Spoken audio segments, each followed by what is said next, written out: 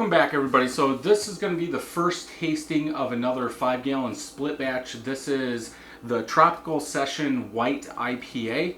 This is batch 2. If you didn't, I will leave a card up above if you want to go check out batch 1. Now again, this is a 5-gallon batch that I made in the Anvil Foundry. I split it and we're doing different yeast. So here is the grain bill. 5 pounds, 8 ounces of 2-row, 4 pounds of white wheat. Now that is it. I talked about it in batch 1, so again, I would go back and watch that. This is from the Home Brewers Association.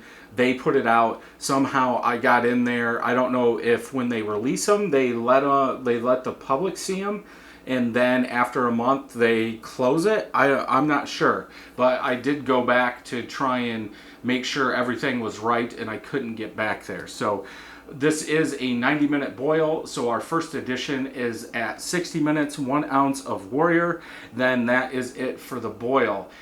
We will cool down to Whirlpool at 170 for 20 minutes, 0.5 ounces of Amarillo, Citra, and Centennial, plus 1 ounce of Galaxy. Again, I go into that more in the first review. Go back and watch that. So this one came in at 5.14, just like batch 1, I believe. Yes. But this is using the Premium Series American West Coast Ale yeast BRY-97, which I'm guessing is going to be a clean yeast. It looks like it.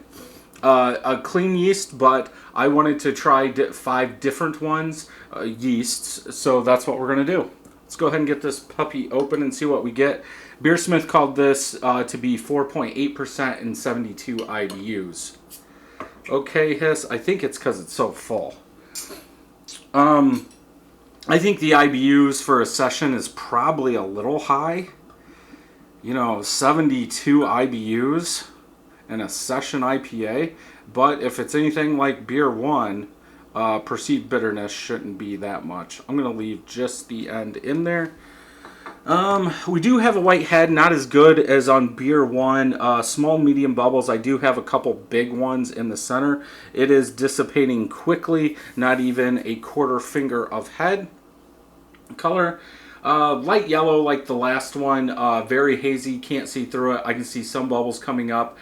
These are etched glasses with hops on the bottom of them, and I can't even see those bubbles coming up in there. So let's go ahead and smell, see what we get.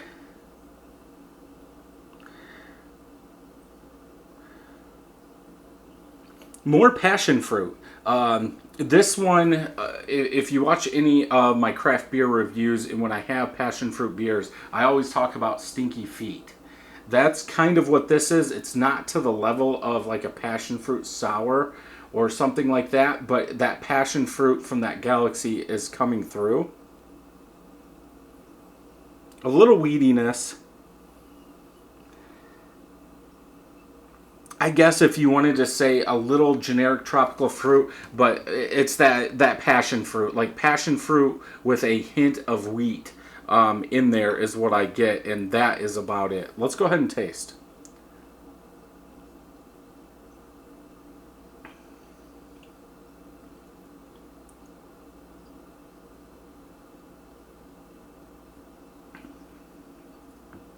This one seems a little smoother.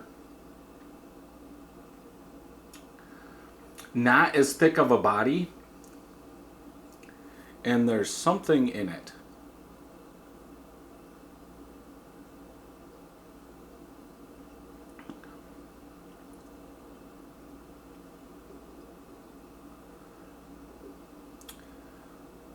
I hate to say this, but I want to say like a touch of dill.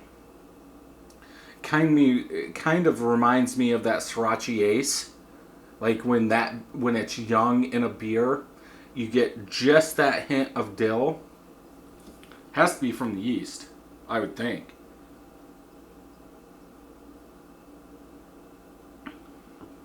It's good. You get that passion fruit up front, little passion fruit, mixed with that wheat, a little bit of sweetness. Then like a dill in back, the perceived bitterness low. I don't get that dank hop as I got out of batch 1. This seems like it's a little calmer.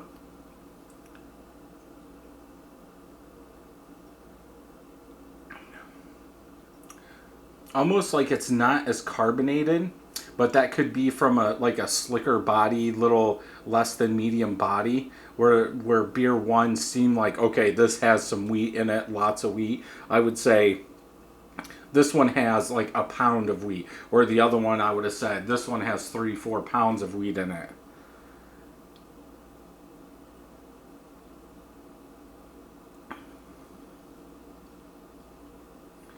Maybe there's some fruitiness. Maybe it's a combination of bitterness and fruit, because I really don't get the dill now.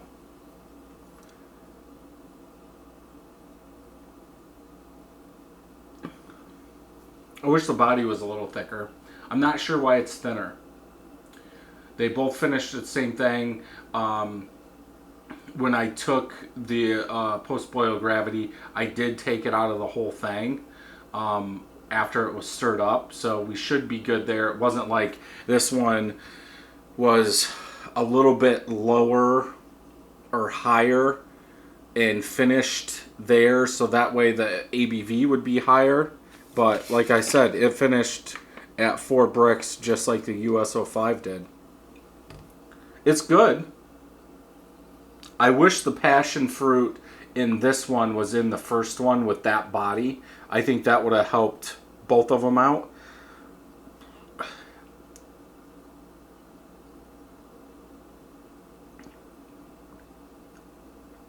Yeah, I think it's the passion fruit. Then in the back there's some bitter generic tropical fruit mixed in there, and that's what I'm getting. So just say I never said dill. It seems like it's a little young. Like I am getting still a little hot burn. I don't believe it's the IBUs, just for the fact it's not at my throat.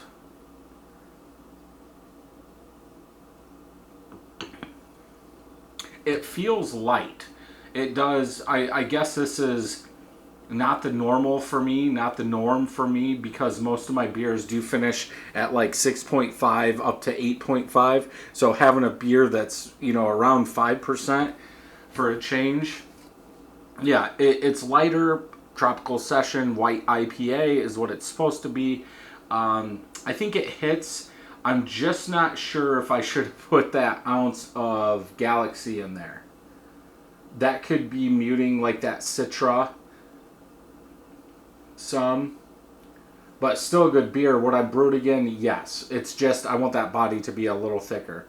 But we'll do a side-by-side. I've got 3 more left, then I'll bring them all back and we'll do a side-by-side and see what the yeast is doing to them. In this one, I would have to say this brought a lighter body somehow. Maybe there's an ester that helps out with that passion fruit, that Galaxy, or something like that. That's why that passion fruit's coming out a little bit more in this. I would have to experiment with some more of them, which I will.